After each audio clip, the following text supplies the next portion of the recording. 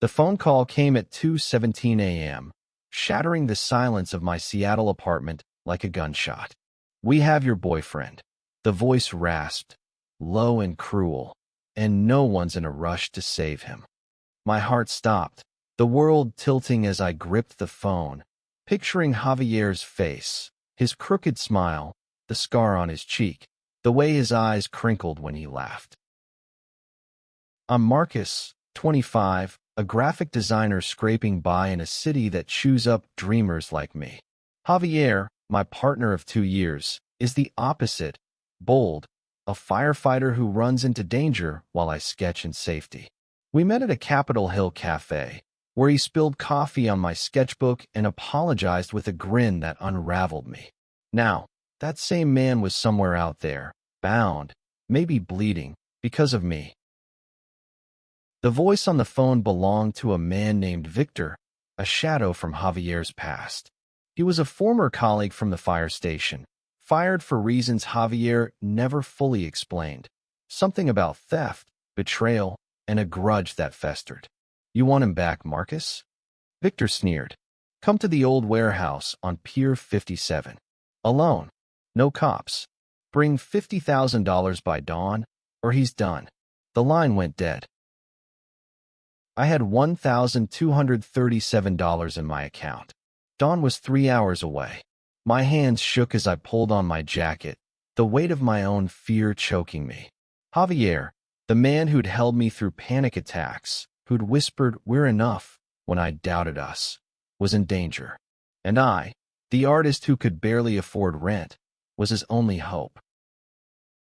Seattle's streets were slick with rain as I drove to the pier. The warehouse loomed, a rotting skeleton of rusted metal and broken windows. My heart pounded as I parked, clutching a duffel bag with every cent I could scrape together, $3,000 from my savings and a pawned laptop. It wasn't enough, but it was all I had. I stepped inside, the air thick with mildew and despair. Victor waited in the shadows, a wiry man in his 30s with cold eyes and a smirk. Javier was there, tied to a chair, blood trickling from a cut above his eye. His gaze met mine, steady despite the gag in his mouth, and I saw it. Trust. He believed in me, even now. "You're short," Victor said, glancing at the bag. "You think this is a game?" He pulled a knife, pressing it against Javier's throat. My knees buckled. "I'll get the money," I stammered. "Just don't hurt him." Victor laughed, a sound like breaking glass. "Strip," he said. "Beg for his life. Show me how much he's worth." Humiliation burned through me, but Javier's eyes held mine, pleading not for himself, but for me to stay strong. Trembling, I pulled off my jacket, my shirt, my dignity, and dropped to my knees. "Please," I whispered. "Let him go." Victor's smirk widened. "Not bad, but it's not enough." He kicked the duffel bag aside, the bills spilling across the floor.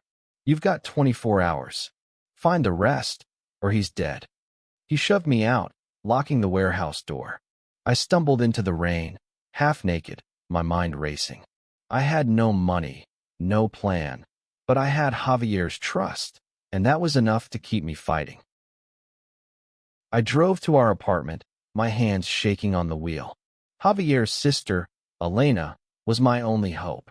She was 28, a nurse with a sharp tongue and a heart as fierce as her brother's. I called her, my voice breaking as I explained. "I need your help," I said. "They'll kill him." Elena didn't hesitate. "Meet me at my place." Now, her apartment in Fremont was a mess of medical textbooks and coffee mugs, but her focus was razor sharp. "We can't trust the cops," she said. "Victor's got connections. We'll do this ourselves." We spent the night piecing together a plan. Elena had $10,000 saved for a car, but it still wasn't enough. "There's someone who might help," she said, her voice tight. "Caleb. He's complicated." Caleb was Javier's ex, a wealthy tech entrepreneur who'd never quite let go. He was 32, tall, with a polished charm that hid something colder. I hated the idea, But Javier's life was on the line. We met Caleb at his penthouse overlooking Puget Sound, the city glittering below like a taunt. "You want my money to save him?" Caleb asked, swirling a glass of whiskey. "What's in it for me?" My stomach twisted. "Name your price," I said, hating every word. He leaned closer, his voice low. "You. One night." Elena grabbed my arm, her nails digging in. "No way, Marcus. We'll find another way." But there was no other way. Time was slipping. I looked at Caleb, his eyes gleaming with something predatory. "Fine," I said, "but you pay first." Caleb wired $40,000 to an account Elena set up, his smile smug. I felt sick, but Javier's face kept me grounded, his laugh, his warmth, the way he'd trace my scars like they were art. I'd do anything to save him. By dawn, we had the money. Elena and I returned to the warehouse, my heart a drumbeat of fear and resolve. Victor was waiting, but something felt wrong. His men, two burly guys I hadn't seen before, flanked him, their eyes scanning us like wolves. "Where's Javier?" I demanded, clutching the bag. Victor tilted his head. "Safe. For now. Hand over the cash." Elena stepped forward, her voice steel. "Show us he's alive first." Victor sighed, gesturing to one of his men. They dragged Javier out, his face bruised but his eyes still fierce. He saw me, and something softened in his gaze. Love, unshaken, even here. I handed over the bag. Victor counted the bills, his smile fading. "You think this ends it?" he said. "Javier's got enemies. You're just the start." Before I could react, one of his men lunged, grabbing Elena. I froze, my mind screaming. This wasn't just about money. It was personal. Victor wanted Javier broken, and we were all pawns. Elena screamed, twisting against the man's grip, but he was a wall of muscle. My heart pounded as I lunged forward, only to feel the cold barrel of a gun against my temple. Victor's voice cut through the chaos. "Don't be stupid, Marcus. You're in no position to play hero." Javier strained against his ropes, his muffled shouts tearing at me. I locked eyes with him, trying to convey everything I couldn't say. "I'm here. I won't give up." But fear clawed at my chest. We'd brought the money, done everything Victor asked, and still, we were trapped. "Take the cash and let us go," I said, my voice shaking but firm. "You got what you wanted." Victor laughed, circling us like a vulture. "You think this is about money? Javier cost me everything. My job, my reputation. He ratted me out, and now he gets to play happy family with you?" His eyes glinted with malice. "No, I want him to suffer." Elena's eyes flashed with defiance. "You're pathetic," she spat. "Hurting him won't fix your failures." Victor's face darkened. He nodded to the man holding her, who tightened his grip until she gasped. I stepped forward, my hands raised. "Stop. Take me instead. Let them go." Javier's head snapped up, his eyes wide with panic. He shook his head violently, but the gags silenced his protests. Victor tilted his head, amused. "You trade yourself for him? Cute. But I'm not done with Javier yet." The warehouse felt like a tomb, the air heavy with the stench of rust and betrayal. I scanned the room, desperate for a way out. The windows were boarded, the exits guarded. My mind raced, piecing together fragments of our plan. Elena had insisted on a backup, something she hadn't shared fully, even with me. "Trust me," she'd said. I prayed she had something up her sleeve. Victor's phone buzzed, and he glanced at it, his expression shifting to irritation. "Deal with this," he barked at one of his men, who stepped outside. That left two, Victor and the guy holding Elena. A slim chance, but it was all we had. Elena caught my eye, her gaze sharp. She mouthed one word, "Now?" I didn't think. I dove for Victor, tackling him to the ground. The gun skidded across the floor as we grappled, his fists slamming into my ribs. Pain exploded, but I held on, fueled by Javier's muffled cries. Elena twisted free, kicking her captor in the knee. He stumbled, and she bolted for Javier, fumbling with his ropes. "Run!" I shouted, but Victor's hand closed around my throat, cutting off my air. His eyes burned with rage. "You're dead," he hissed. Then, a crash. The warehouse door burst open, and Caleb, stood there, flanked by two men in tactical gear. My heart sank. Was he part of this? But his eyes locked on Victor, cold and unyielding. "Let them go," he said. "This ends now." Victor froze, his grip loosening. "You're bluffing," he snarled, but uncertainty crept into his voice. Caleb's men moved fast, disarming Victor's remaining thug. Elena freed Javier, who ripped off his gag and ran to me, pulling me from Victor's grasp. His arms wrapped around me, his breath ragged. "You're okay," he whispered, his voice breaking. "God, Marcus, you're okay." I clung to him, my body trembling. Caleb's men restrained Victor, who spat curses as they dragged him away. I turned to Caleb, my voice hoarse. "Why are you here?" He shrugged, his usual smirk gone. "I don't want Javier dead, and I don't want you owing me forever." His eyes lingered on me, a mix of regret and something softer. "Consider us even." Elena pulled us toward the exit. "We need to go? Now." Sirens wailed in the distance. Her backup plan, I realized.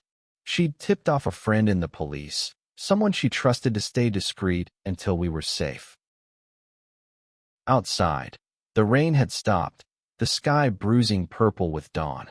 Javier held my hand, his thumb tracing circles on my skin. "You shouldn't have come," he said, his voice thick. "But I'm so damn glad you did." I managed a shaky laugh. "Couldn't let you have all the fun." Elena drove us to her place, the adrenaline fading into bone-deep exhaustion. Javier's wounds were shallow, but each bruise felt like a personal failure. I cleaned the cut above his eye, my hands trembling. "I thought I'd lose you," I admitted. He cupped my face, his touch grounding me. "You didn't, and you won't." But Victor's words haunted me. Javier's got enemies. This wasn't over. We'd won a battle, but the war was far from done. The next week was a blur of police statements and sleepless nights. Javier and I stayed at Elena's, our apartment feeling too exposed. Victor was in custody, but his parting words gnawed at me. Enemies. Who else was out there, waiting to strike? Javier tried to keep things light, cracking jokes about my terrible cooking, but I saw the shadows in his eyes. He'd always been my rock, but now he seemed fragile, like a man carrying too much weight. I wanted to fix it, to erase the fear, but all I could do was hold him tighter. Elena dug into Victor's past, her nursing shifts forgotten as she hunted for answers. She found whispers of a network, ex-colleagues, old grudges, people Javier had crossed by being too good, too honest. He exposed corruption at the station, she told me one night, her voice low. Victor wasn't the only one who got burned. I felt helpless, my sketchbook untouched for days. I wasn't a fighter like Javier or a strategist like Elena. I was just Marcus, the guy who drew pretty pictures and loved too hard. But love was why I kept going. One evening, Javier pulled me onto the balcony, the Seattle skyline glittering below. "I'm sorry," he said, his voice rough, "for dragging you into this." "Don't," I said, grabbing his hand. "We're in this together." He kissed me, slow and deep, and for a moment, the world felt right. But then his phone buzzed, a text from an unknown number. "You can't hide forever." My blood ran cold. "We need to end this," I said. "No more running." Javier nodded, his jaw tight. "I know someone who can help. An old friend, Riley." Riley was a private investigator, a non-binary person in their late 20s with sharp green eyes and a knack for finding trouble. They met us at a diner in Belltown, their leather jackets scuffed but their confidence unshaken. "Victor's not working alone," Riley said, sipping coffee. "There's a guy named Donovan pulling the strings." Ex-fire chief. He lost everything when Javier blew the whistle. My stomach sank. What does he want? Revenge, Riley said bluntly. And he's got money to burn. Riley agreed to track Donovan, but it would take time. Meanwhile, Javier and I tried to rebuild some normalcy. We went back to our apartment, cooked dinner, made love like the world wasn't crumbling. But every creak of the floorboards, every strange car outside, set my nerves on edge. One night, I woke to find Javier gone. Panic seized me until I found him in the living room, staring at an old photo of his fire crew. I thought I was doing the right thing, he said, his voice hollow. Reporting them. But it cost us everything. I knelt beside him, my hand on his. You did what was right. That's who you are. He looked at me, his eyes searching. What if it gets you hurt? Then we face it together, I said. No matter what. Riley called the next day with news. Donovan was holed up in a cabin outside Olympia, planning something big. He's got men, weapons, Riley said. We need to move fast. Elena insisted on coming, her medical bag packed. If there's a fight, you'll need me. Javier tried to argue, but she shut him down. You're my family. I'm not sitting this out. We drove to Olympia under a gray sky, the tension thick. Riley led us to the cabin, a secluded spot surrounded by dense forest. My heart raced as we crept closer, the plan simple but terrifying. Get in, get evidence, get out. Riley had a contact in the FBI who could take Donovan down, but we needed proof. The cabin was quiet, too quiet. We split up, Riley checking the perimeter, Elena watching the car, Javier and I slipping inside. The place was a mess, papers strewn across a table, maps marked with red pins. One caught my eye. Our apartment, circled. Javier's face hardened. He's been watching us. Before we could grab more, footsteps echoed outside. We froze, my pulse thundering. The door swung open, and Donovan stood there, a broad man in his 50s, his face carved with bitterness. Well, he said, his voice like gravel. Look who came to die. Donovan's men flooded the cabin, guns drawn. Javier shoved me behind him, his body a shield. Stay back, he whispered, but I wasn't letting him face this alone. My hands shook, but I grabbed a nearby lamp, ready to swing. You ruined me, Donovan growled at Javier. Years of work, gone because of your big mouth. Javier stood tall, unflinching. You were stealing from the city. People died because of your greed. Donovan's laugh was bitter, and now you'll pay for it. He raised his gun, aiming at Javier's chest. I didn't think. I threw the lamp, catching Donovan's arm. The shot went wild, shattering a window. Chaos erupted. Javier tackled Donovan, fists flying, while I ducked a punch from one of his men.